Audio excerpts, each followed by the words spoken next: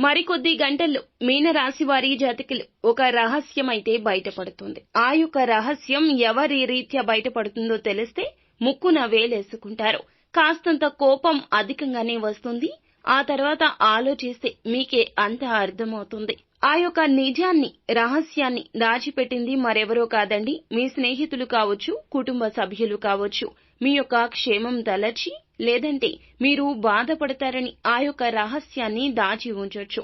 కానీ మీరు మాత్రం వారిని అపార్థం చేసుకోకుండా అర్థం చేసుకునే ప్రయత్నం చేయండి. కోపావేశాలు పక్కన పెట్టి క్షణం ఆగి ఆలోచించండి.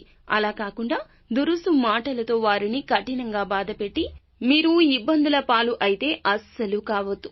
మీకు బంధాలకు ప్రాముఖ్యత ఇవ్వడం బాగా తెలుసు. అలాగే కోపం కూడా ఎక్కువగా ఉంటుంది. పరమశివుని కోపం కింద చెప్పొచ్చు మీనరాశి జాతకుల గురించి.